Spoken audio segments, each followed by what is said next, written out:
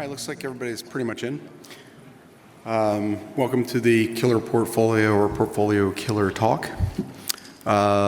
Just to start off, can you please silence your cell phones? All right.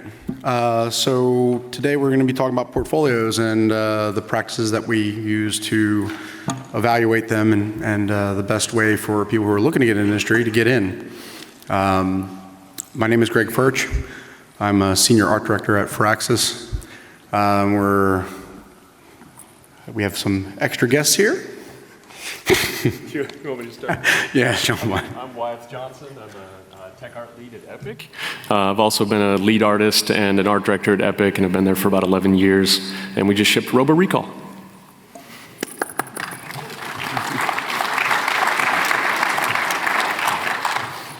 Hi, I'm Lisette Titre-Montgomery, and I'm art director here at Ubisoft San Francisco. And we are currently working on South Park, The Fractured Butthole.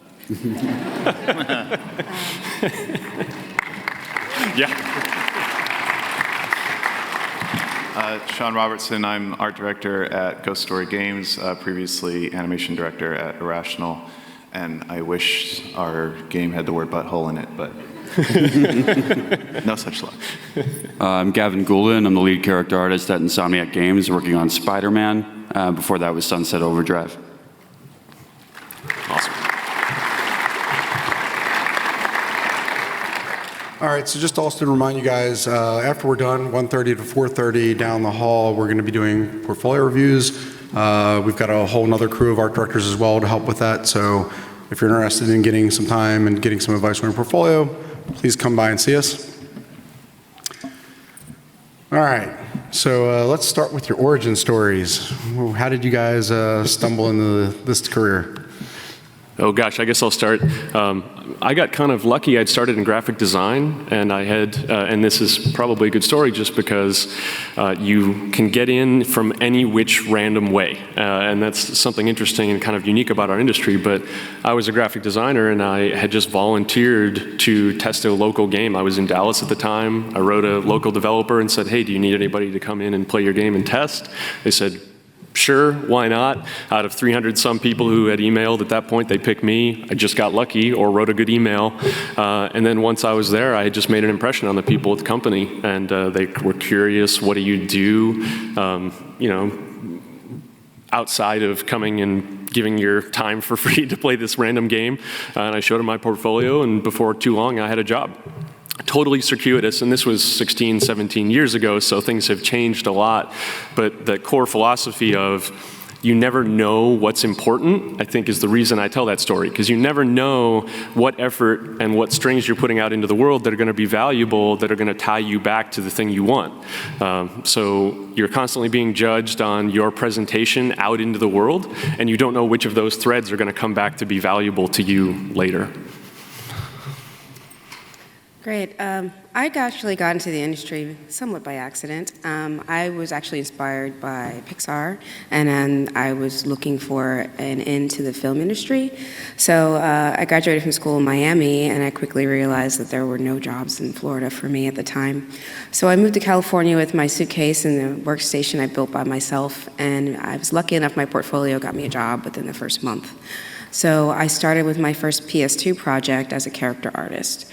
So I was just mostly pursuing my passions for character art and character design, and I think that that translated over from film into games.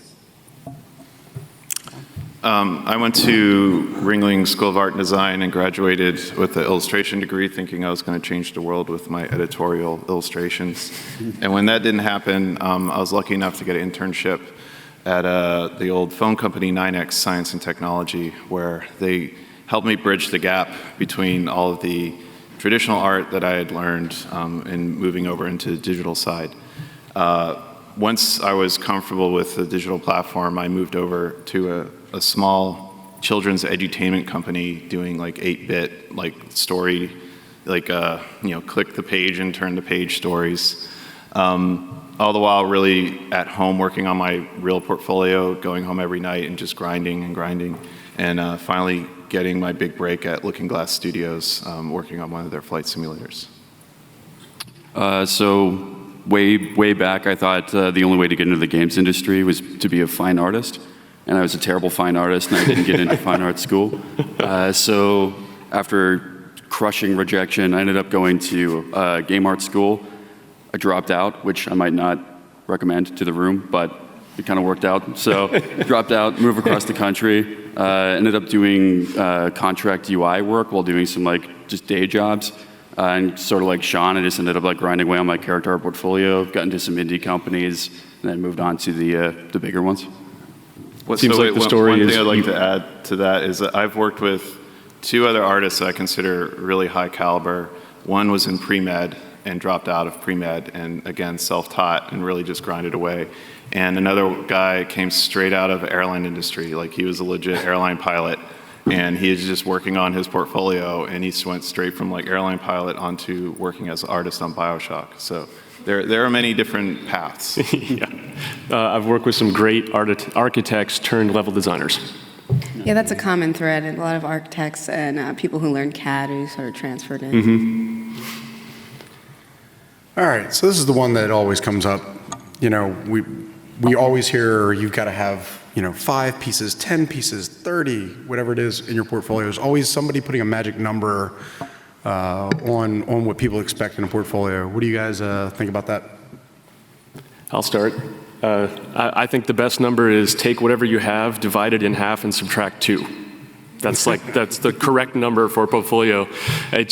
People put too much stuff in their portfolio all the time, and seeing the variety of somebody's skills is awesome, but the thing is that your portfolio is only as strong as the weakest piece in it. And so if we get, there's some strong stuff and then we get to the end and there's something that's maybe, not as fully well thought out or fleshed out or whatever it may be, we wonder if you have great taste, right? Because we're starting to kind of wonder, did you see those flaws? Were you able to understand why maybe this piece that you hid in the back just because you felt like you needed to have a gun in there or some other random kind of false belief about your portfolio?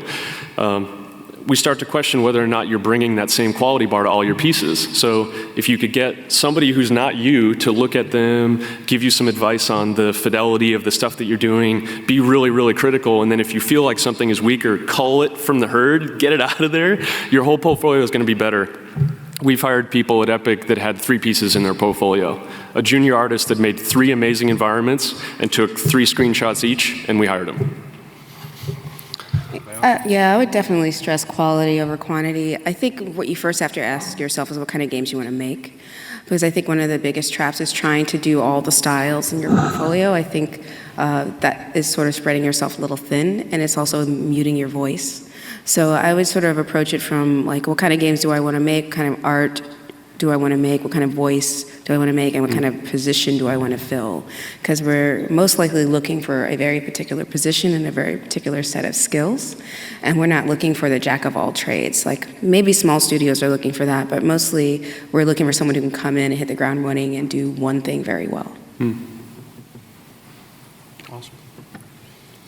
So, speaking of that too, what about importance of a presentation? How does that impact your thoughts on a portfolio? So I think this is, very much related to the previous question. You're an artist, and your entire job is to present things, whether it's in the video game, in the end product of the game, you're presenting things to the audience, whether it's in your portfolio, you're presenting your work to a potential employer.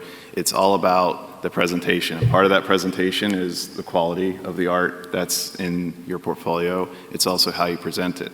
How many hoops do I have to jump through to see your art? I think one of my favorite examples of the worst portfolio I've ever seen, back when, back in the mid-90s, I hate to say how old I am, at Looking Glass, got a portfolio on a CD when they still came on CDs.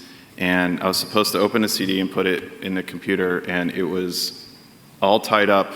It was supposed to be a presentation, they tied it up with dental floss, and it was a bow, and it was opening one of those bubble packs with the, by the time I spent 10 minutes trying to open this thing, I threw it away.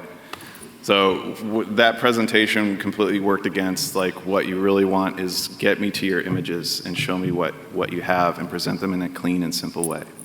I think I just echo what Shawn said. I mean, I think we're at a time where all you really need is ArtStation and then like a handful of really good images. But in those really good images, if you're making a character, you've got to pose them, like drop them out of T-pose, get them in a good lighting situation. If you're making an environment, like tell a story, light it well, set an atmosphere in that environment, and you know, it makes it easier for us to hire you. If I could just piggyback on that comment about atmosphere, just for those of you who are aspiring environment people, that's the biggest single missing thing for me that I see all the time is people focus so much on the props and the creation of the assets that they forget that they're trying to message something and elicit a feeling from the person who's looking at the image. And because all the games are is just a series of images, you know, that we're composing and presenting, and we're using those languages to guide the player and tell you where to look and where to go and what to see. And the soul of the environments get lost inside the pursuit of making a really awesome fire hydrant, and we don't care about the fire hydrant. In fact, I would much rather have somebody who is a little bit weaker on the technical sides of the art, because we'll teach you the tool, that's fine. If you tell an amazing story with an image, then you're great. That's like that's the point, you know. So it was a great comment. I totally agree. Yeah, I agree. Definitely telling a story, and I want to get a sense of your aesthetic and personality. What are you going to? What sort of story are you going to tell? What sort of personality are you going to bring to the product? And having a strong style and perspective also helps drive that story home. So where do you guys actually look for talent? Like when you're looking for an employee or something, if say a job comes up and you're like, hey, I need to go find somebody. Like I've done this. I also kind of keep tabs on people. Like I will actually go ping somebody and see. But like where do you do that? And also like kind of also looking so that you also know what your bar is, like as you guys are artists as well. So where do you guys look for to find like potential talent? I mean, I think there's like a few, the most common resources would be something like ArtStation or like PolyCount, and you can just kind of go through the more popular people or searching like keywords and stuff like that.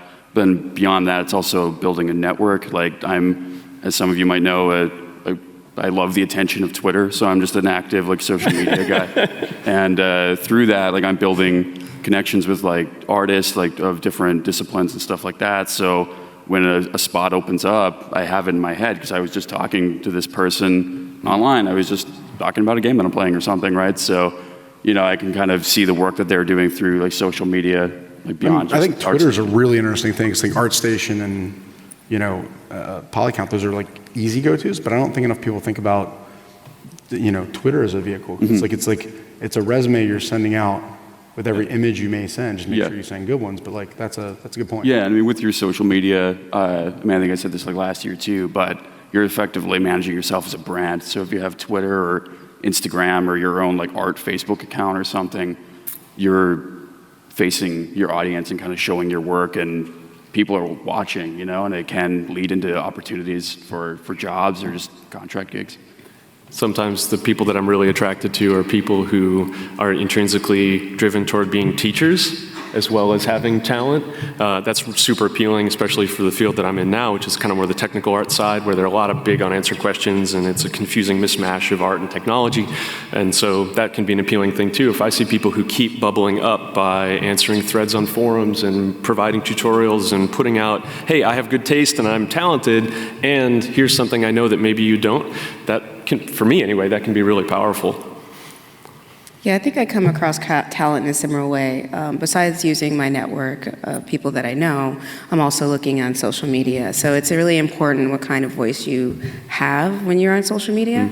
I think, you know, we like to use social media as a way to vent at times, but if you're mixing that in with your art, that may not be the best place to kind of have two different conversations. So I would try to really focus on maybe having, you know, a Tumblr that is focused on art and an Instagram that's focused on art, and, you know, using your Twitter to drive that sort of traffic around. But if you are, you know, just going on their event, that may not be the best place to do it. So do you guys see any new trends emerging, like or specializations, like what's coming? I mean, I think there's a lot of stuff with procedural generation that's influencing this as well, but with VR, like what do you guys see? How does that change career paths and what people are kind of kind of learning? Well, I just shipped a VR game, so it's fresh in my mind. But virtual reality is clearly marching forward at a really, really amazing pace. And there aren't a lot of people that have knowledge in that area. VR is kind of unique because we're using all the same tools that we used to use. Obviously, being at Epic, we're using Unreal to build all of the bones and guts, and then we're using some DCC packages to create assets outside of those. But the way you assemble them and the problems you have and the presentation issues that you have around seeing something in virtual reality, way different from a lot of the traditional problems translating 3D images to a 2D screen. So that could be an area that's emerging and it's up and coming, and there are going to be a lot of jobs in that space. If you could find a way to contribute some of those projects, that probably would, you know, up your value quotient a little bit for the near future. And even if you get into teams doing work like that, eventually you're going to spread out into other disciplines as well. So it kind of brings me back to that original point. Just find something that makes you attractive, that sets you apart, and then once you're in, you can move around inside that bubble. So is there anything you guys find is like deficient? Like there's more demand than supply? Like tech art is a great one. It's also a very ambiguous one. But like I think from my personal standpoint, level builders, I think they're from where I'm sitting, there's a more rare unicorn to try to find someone who is interested and can really has the ability to assemble a world and with a story and atmosphere. And not, you know, you see a lot of people building props, and you can go on ArtStation and see a ton of concept art. And there is a lot of talented level builders, but a lot of the talented level builders are hired. So I think that's definitely. So when you say a level builder, are you expecting that person to also do their own scripting as well? No, I'm talking mostly from a standpoint. I mean, that'd be nice, sure. I'm talking like artistically building out a space, like from an architecture standpoint and mise en scène. There is one thing I'd like to add that's kind of tangent to this. New things that I see on the horizon. We are a smaller studio. We have about 25 people. We are using a lot of freelance artists, a lot more than perhaps we did on Infinite, where on Infinite we would just hire somebody full-time. And I think you're going to see a lot more mid-sized studios emerging that are taking on freelance artists because it's a cheaper way to make games. And I think a lot of people are looking at AAA, and maintaining a 400-person studio is very expensive, and there's a few studios who can afford to do it, but there's a lot that can't. So I think you're going to start seeing a lot of more medium-sized studios propping up that are looking for freelance artists and talented freelance artists. And I think, you know, looking at how you're presenting yourself on the internet is even more important in that case, because that's where people are looking to bring in that talent and bring in those freelancers.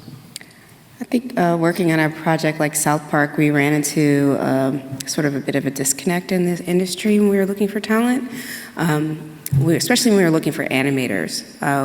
Because of the style of the show, we really needed some people with very strong traditional skills who knew how to do performance, who knew how to really sell personality. And we got a lot of portfolios with a lot of mocap, slidey animations, and that sort of skill set is just not going to translate over to a game that's very stylized and performance-based.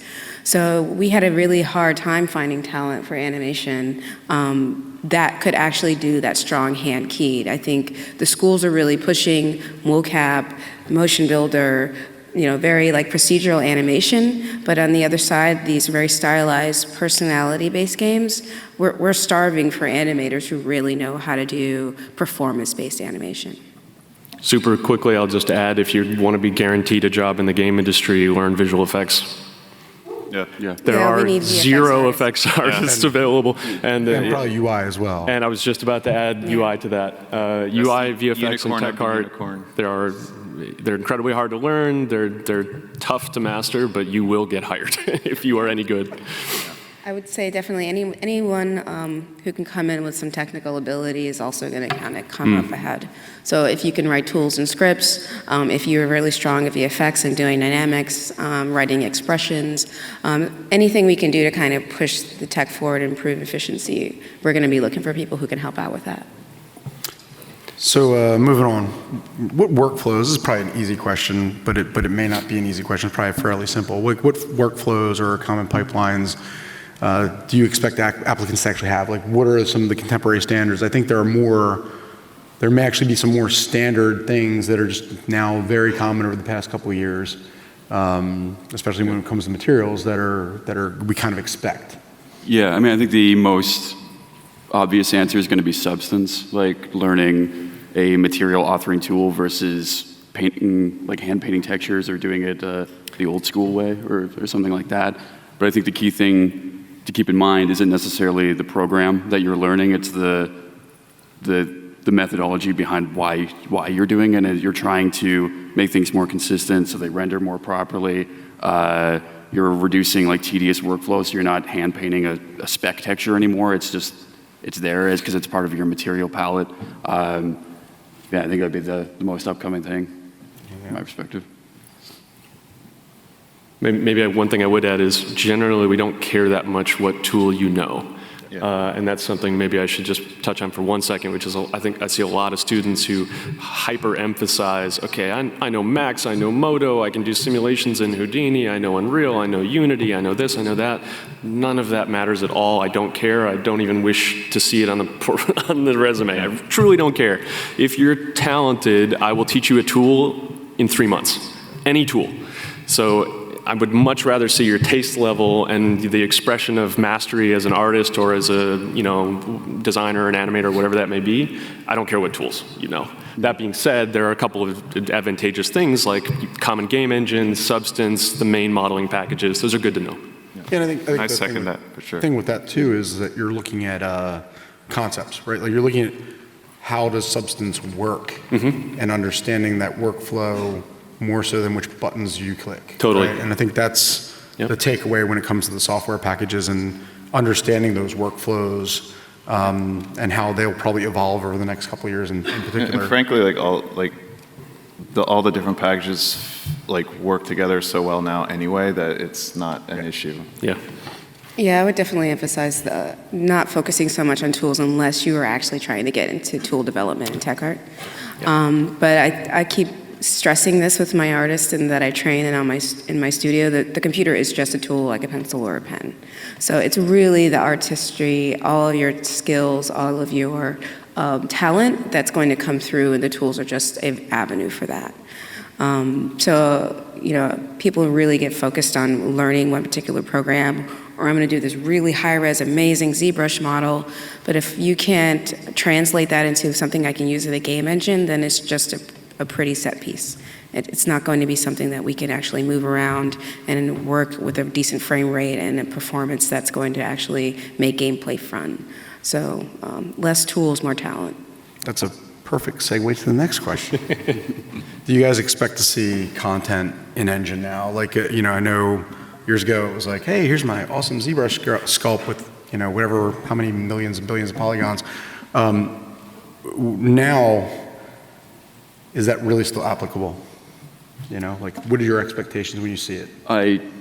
If I see I'm just so overseeing really nice sculpts, to be honest with you. And I'm a sculptor. That's what I do. But seeing a portfolio of just really high detailed sculpts and then it just stops there is the most useless thing for my team imaginable. And I'm not trying to be mean about it, but there's so much more beyond that. The sculpting is the easy, fun part. Then you have to make the low poly, you have to bake it properly, you have to put it in game, it has to light properly, materials have to re-weld, color theory, all that stuff.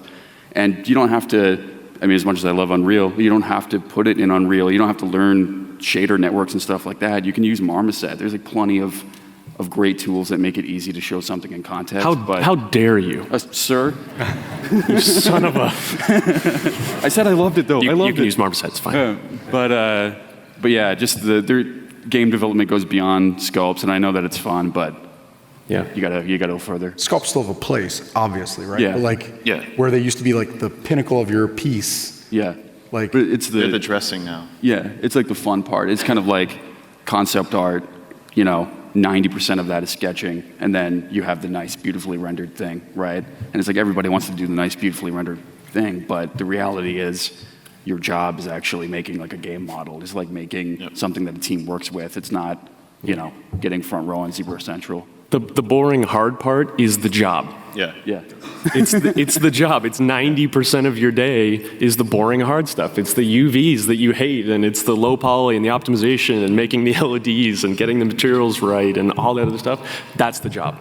And there are back a to the million people who can original sculpt. question, it's nicer to see that stuff in engine, yes. Whether it's Marmoset or whether it's Unreal, because that shows us that you've gone through the process, that you've gone through the workflow, and you understand how to translate the materials that you're trying to create into what the engine is actually going to show. Okay, so the next one, this is pretty easy. I think it's a constant question that we always face. Everybody wants to know, should I specialize? Should I be general? Should I try everything? What do you guys think? Yes? I think the answer to this one is know your audience. Yeah. Who are you applying to? Is it a large company? You'll probably want to see specialization. Is it a small indie startup? They'll probably want to see, a lot like jack of all trades. I think the answer to this is like know who you are sending your stuff to and know who you want to be as an artist. Lisette made a perfect point talking about the animation stuff on South Park, because those people that were applying with mocap reels might have had a chance if they had customized their work for the job, but they didn't because they just kind of blindly sent out stuff out there. It's a perfect example. Yeah, we always are looking for someone to fill a particular role. So specialization is important in that way. I got into the industry because I specialized in characters. And then as I grew my career, I started to learn VFX and environment so I could be a lead. But it was through that channel that I was able to gain expertise in how to use a game engine, how to get my art to work, how to learn rigging, and it sort of branched from there. But so you're going to really most likely get in because you're very good at one thing. There are studios who look for generalists, but I'm getting in the industry level, that's a lot harder for you to fill that role. I will also say we can all smell from a mile away the student portfolio that is just full of the various assignments to teach you the various aspects of making stuff. And it's so common, and please, please, please don't make that mistake, but it's like, here's the one gun we did in gun class. It's like stuff like that. And you just smell it. You just open the portfolio and you flip past the one mediocre character, the one average gun, the poorly textured AK-47 from the thing. It's like, it just shows you're just going through the motions. And unfortunately, they're all kind of going out at the same time. Graduation rolls around and you're seeing the same assignment from the same schools. Yeah. So I would highly recommend to make your own vision of that stuff for yourself outside of the scope of the class assignments, because they never make for a good portfolio, ever. Awesome. So this is another really common question. What format is appropriate? If I'm an environment modeler, do I have a demo reel? Is that the right way how do you decide how you present your portfolio, I guess? I'm staunchly against demo reels unless it's animation. But a lot of it is because if you're trying to show a character and you have a 360-degree turnaround, I have to wait for it to slowly pan around so I can see its back or something. All of that can be accomplished in just one shot. I can just look at one image and be okay, that's the full character. I don't need 4 minutes to see a thing turn around, or I don't want to skip around and miss something that you wanted me to see, but I'm impatient because I am. I don't know. And I skip past something that's vital and could have been good, but and again, it goes back to presentation. It's show your best possible image, right? And if it's based on a demo reel, I could miss it.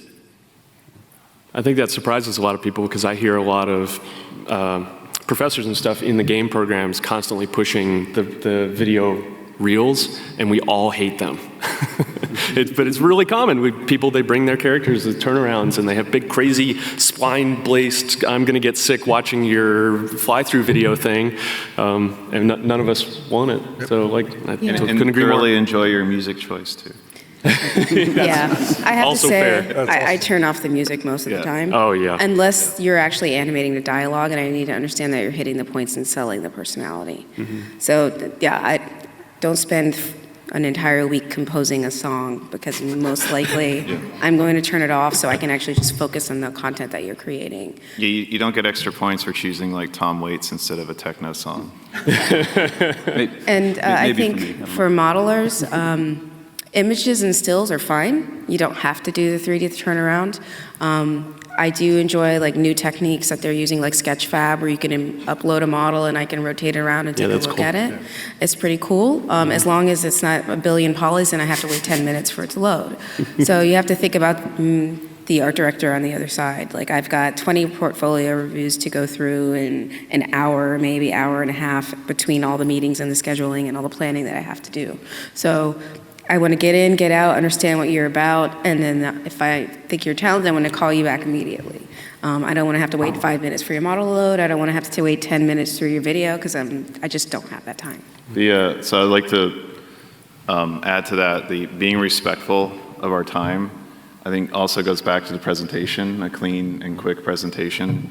It can't say how much we appreciate, like if we get a portfolio and we can immediately be into the art and see, like, forget all the fluff, all the intro stuff, you know, the 20-second like card at the beginning of the reel. Like, we just want to see the art, and you have more of a chance of us seeing your art if you just get right to it. Yeah. So I guess the basic rule of thumb is if it moves, it probably dictates a demo reel. If it doesn't necessarily move, don't do it. All right, so let's talk about rejection. This is always the best part. Shawn. We all look at Shawn. There we go, Shawn. Yeah. There's up on the screen. I got plenty of those. So back in the day when I was trying to apply to video game studios, I got a lot of these, and I just kept updating my portfolio, sending it out, get rejection letters, repeat. And finally, it culminated with me getting 2 offer letters on the same day from Looking Glass and other company called Reality Bites. And at the time when I was doing this, I was kind of bopping around. I was freelance. I was not necessarily in the games industry. So I had a job, and then I was putting in the time at home because I knew that the portfolio I had from school, which was really illustration heavy, was not going to cut it. So I knew I had to put in extra work. But I originally told this story back when the first year we did this panel to show that just because you do get rejected, and even if you do get rejected multiple times, it's not the end of the world. It just means maybe you aren't good enough, or maybe you're not the right candidate for the job at the time. Sometimes we look for very specific things from a candidate, and especially in the art world, very specific styles. So you may be a fantastic artist, but you may not be the style that we're looking for the particular project. Yeah, I definitely think there's a great mindset that a game developer has to have. I like to say 90% of the times we fail, and then maybe 1% we do well, and then 10% we're just kind of all right. So getting in the habit of just failure is kind of the default state. You're going to try to get things in engine, and they're not going to work 90% of the time until you figure out your pipeline. And it's going to be the same thing when you're trying to get in the industry. You're going to just continue to get rejection until you get the yes. But it's the yes that matters. But if you let that first few no's discourage you, you're pretty much dead in the water. And it's sort of that grit and mentality of just kind of persisting and pursuing your interests, and just keep pushing forward through those no's. I've been in the industry for 16 years, and I have a very stylized portfolio, and I get rejection letters to this day.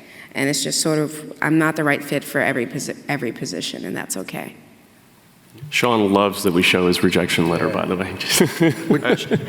I wish you'd show the one of the studios that are no longer around. Would you say? Nice. Would you say you found exciting employment? They wished you luck. Oh yeah, is that what it says? Yeah.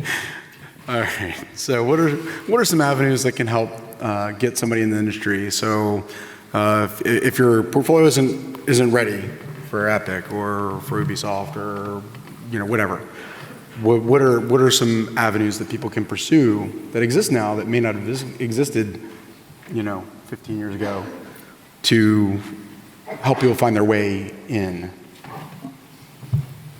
We kind of talked a little bit about it. I like to chime in on this because I do a significant amount of outreach outside of the industry to bring more people in. So one of the things I try to stress with new students is don't wait till you're looking for a job to look for a job. There are different ways to make connections in the industry. There are a lot of game developers who are actually looking for mentees and want to help. So you are better off building relationships with people in the industry, and then when you're ready for a job, you can say, hey, by the way, I'm looking.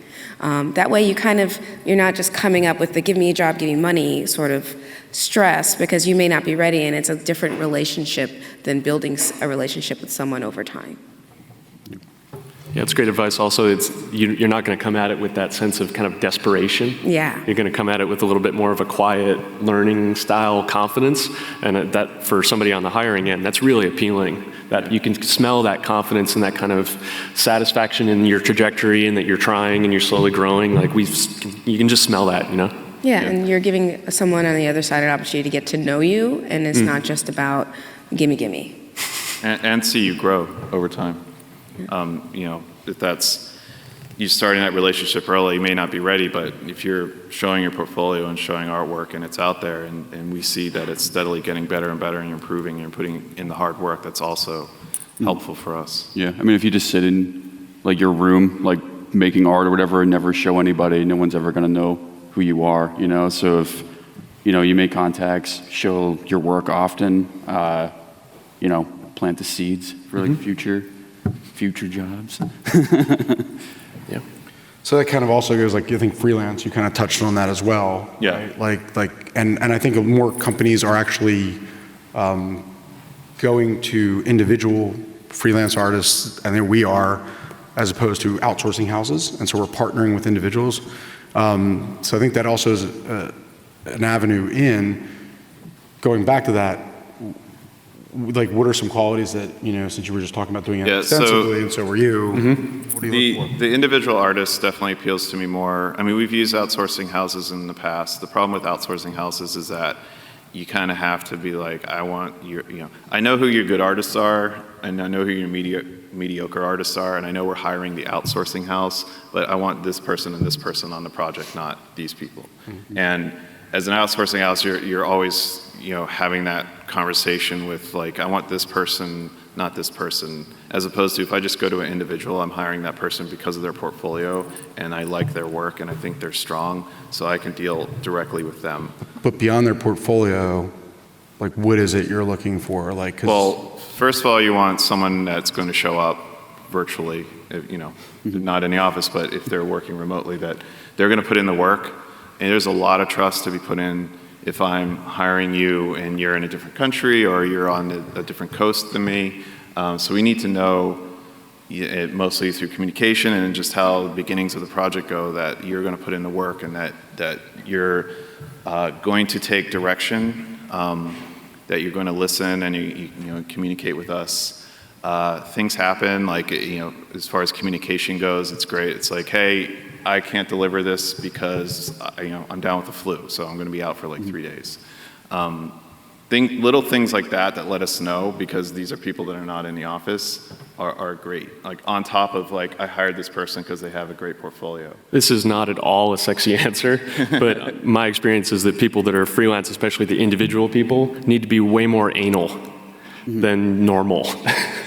Just that sense of always communicating, always expressing the state of their work, knowing, asking when they don't have the information rather than just sitting there doing nothing. And then when they're delivering files, they're delivered to a really, really high quality, not just the asset, but also the source files, the organizational structure. All of that stuff matters a lot more when you're working as an external partner. So I definitely look for people who are anal.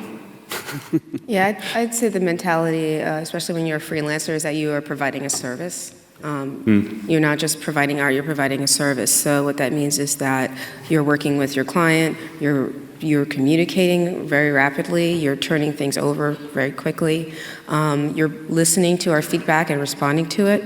You're not getting defensive when we tell you to change something, simply because there are factors that may, lead to that request.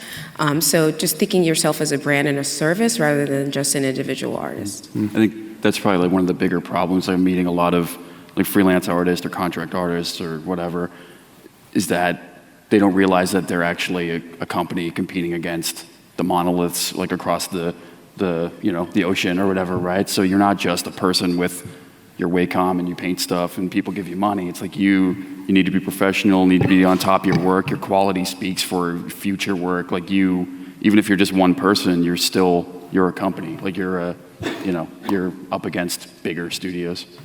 Yeah, I would say I think attitude is a big one for me as well.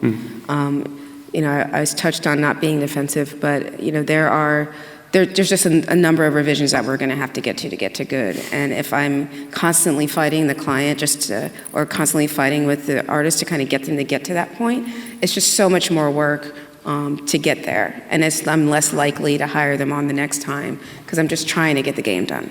Yeah. So this is an interesting question. I think a lot of people that are probably here would like to at some point be an art director.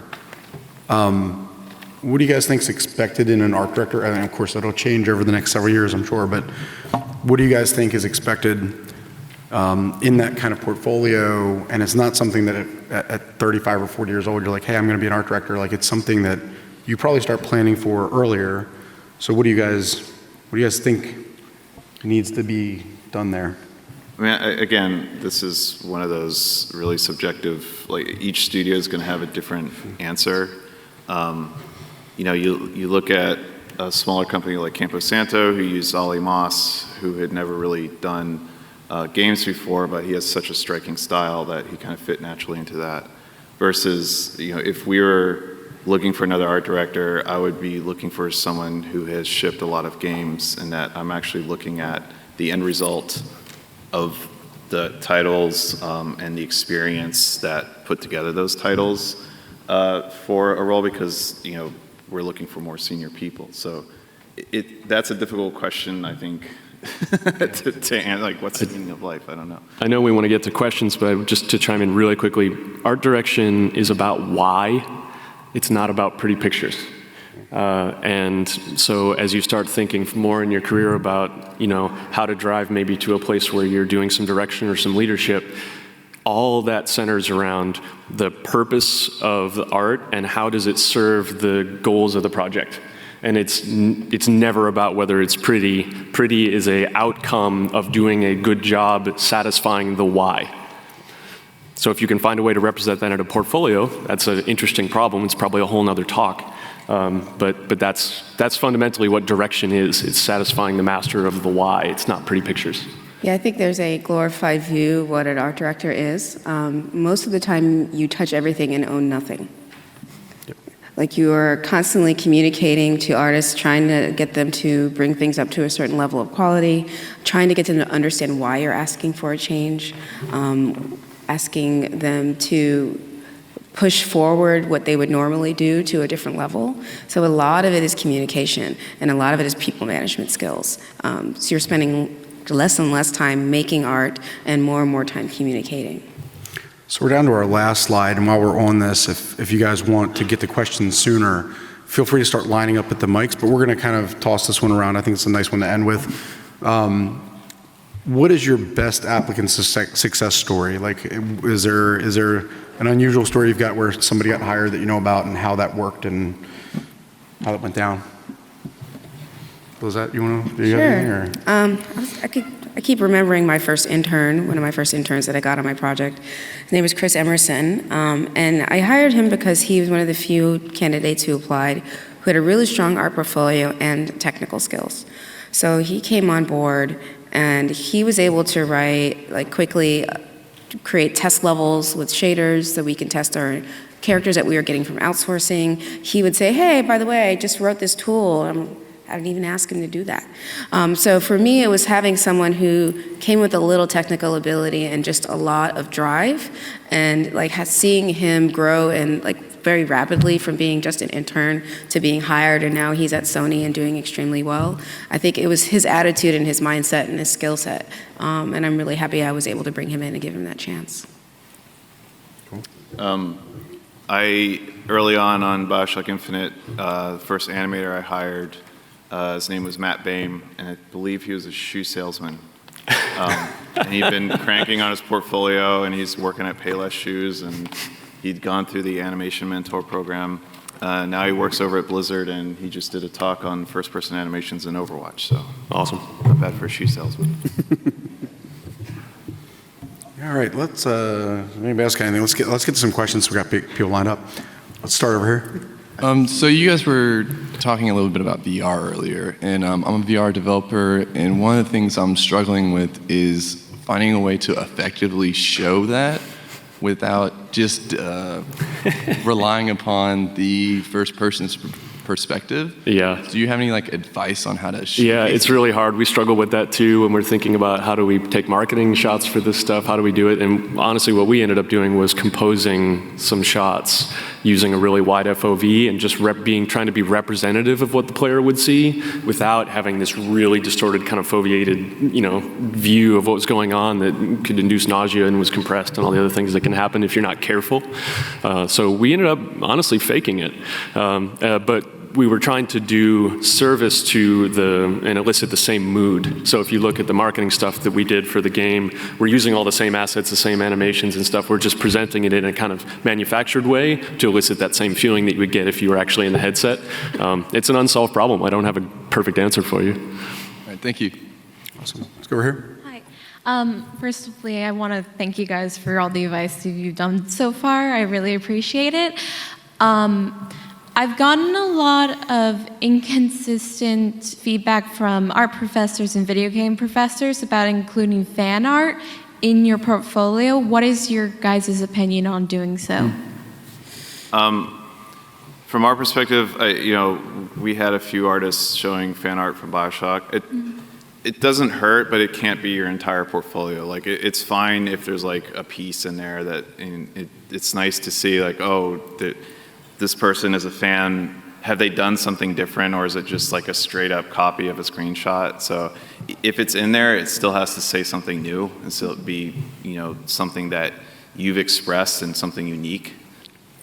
Yeah, there's nothing wrong with doing fan art, but if you're applying to a company doing fan art of the game that they worked on, you have to realize that people have been staring at this thing for 5 years, so you're getting a way more critical look at something. So unless it's the best fan art humanly possible, it might get a little risky.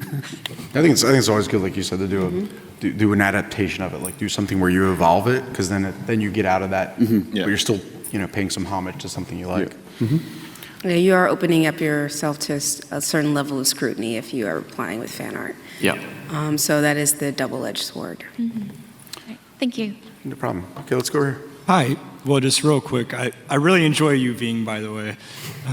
Glad to hear it. But so I was curious about expanding upon what is the relationship between the freelancer and the studio itself, and is the pipeline between the studio and the freelancer faster than having in-studio people? For us, a lot of the freelancers that we have a few modelers that we have off-site.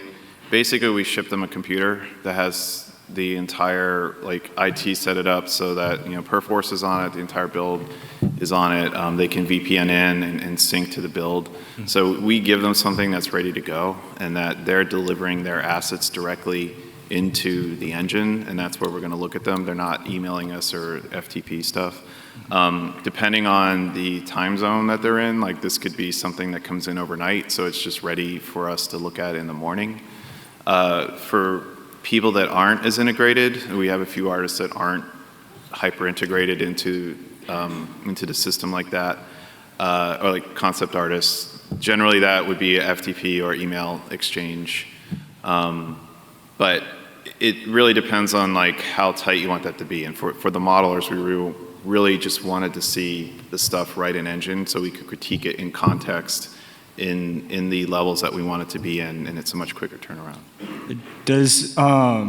So with IP confidentiality, do you ever run into any issues with that? Not yet. Lawyers have good NDAs, and then we make people sign them.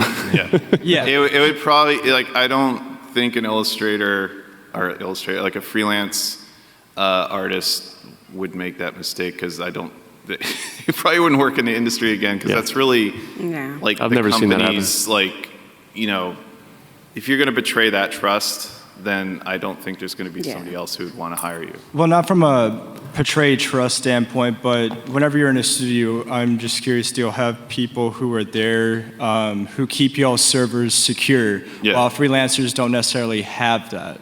Yeah. Well, I think it depends on the studio. Like certain studios, the larger ones are going to have certain security requirements from you, and you need to meet those security requirements. Whether that's having your laptop encrypted, so that if it does get stolen, our artwork isn't exposed. So I think it depends on the client and their level of security. I mean, there are some studios that are a bit more transparent in their process than others. Okay. Thank you. Go ahead.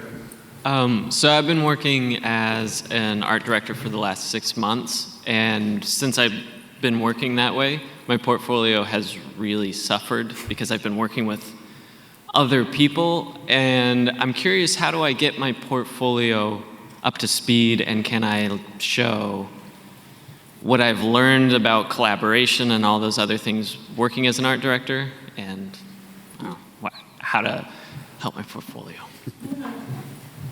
This kind of goes to the AD question. Yeah, I mean, that's a difficult one, because I think the question is, like, what are you trying to show? Like, what do you want to do with your portfolio? Like, do you want to go and be a modeler? So, for example, for me, I want to be a texture artist. Like, that's. So, I mean, I think being an art director is not really a direct application of being a texture artist. To me, my immediate response, having thought of it for 2 seconds, would be you kind of have to put in the work outside of what you're doing as an art director, and building up your portfolio in the time that you have that when you're not at work. I mean, that's not an easy answer, but. Yeah, going back to my "you touch everything and own nothing" statement. I think part of being an art director is selling the vision of what you're making. So if you can find specific examples of how you directed something, that would help. But you're also going to have to do some key pieces on the side, especially if you're thinking about maybe focusing a little bit more in a different area, then that's the area you should be spending your free time working on things. So it is that challenge. It is you touch everything and own nothing, and you may say, I drove the vision for this entire scene, but everyone else did the work. So it's a different conversation, and it's a different way of selling your skills. How would you put that into a portfolio? Like, can I show other people's work and then just have Credit them. You definitely want to credit the people who did the work. In my portfolio, I give examples of how I push things to quality, whether that's me showing paint overs of what I did to improve textures and the kind of feedback I gave people. Like giving examples of the process of art direction may also help. You could also, if you're looking to do like a texture art kind of path, like doing like materials and stuff like that, you could also do like material treatments for like environment art direction, right? So if there's an environment, you're like, this is all the materials that I designed, you're kind of doing both in that way, you know what I mean? So you're kind of becoming more of like a tech art director versus like, vision and politicking and stuff like that, whatever it is you guys do. Cool. Thanks, guys. Over here. For animation portfolios, besides character performance, as you mentioned, do you expect to see animation in the game engine or something like that? So for animation, do you guys expect to see animation in the game engine, correct? It certainly helps, because ultimately that's the end product that the audience is going to see. And again, it's not 100% necessary, but if you're selling like, oh, here are my combat animations that I did, it's okay to see some, like maybe some Maya play glass, but ultimately we want to see how it translates into game. It also shows that you're aware of the entire process, the entire workflow. I mean, sometimes seeing a Maya play blast is the equivalent of like a sculpture or a ZBrush sculpt that hasn't been taken through all the hard process of UV mapping. And so you want to see that the hard work has been done and that you understand the limitations that get imposed on your animations when you have to put them into game.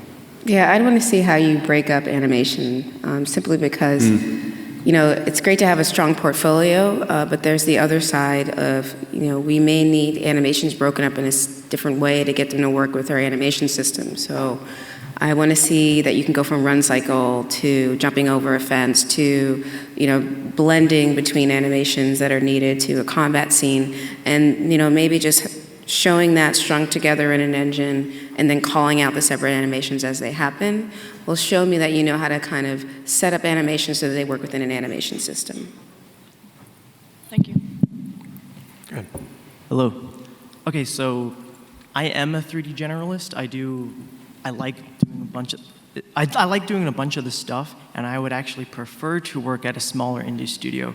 So my question is, would you suggest I continue doing everything to make the best generalist portfolio I can, or find something to specialize, then get into AAA, and then go down to something where I can do everything? What would your suggestions be? It's kind of a hard one. I mean, the chance that you're taking a risk, because chances are you're not equally strong in all of those areas, just from the lack of having put in the 10,000 hours it takes in any of those given disciplines to achieve that mastery. So you're taking a bit of a gamble, not narrowing in a little bit, maybe just if you have 10 interests, narrow it down to 3 and try to represent those well or something. That can still express that you have generalist capabilities without having that kitchen sink syndrome of the one gun, the one character, the one environment, the 3 props, the one terrible UI. We see the same stuff over and over again, right? It's all the same story.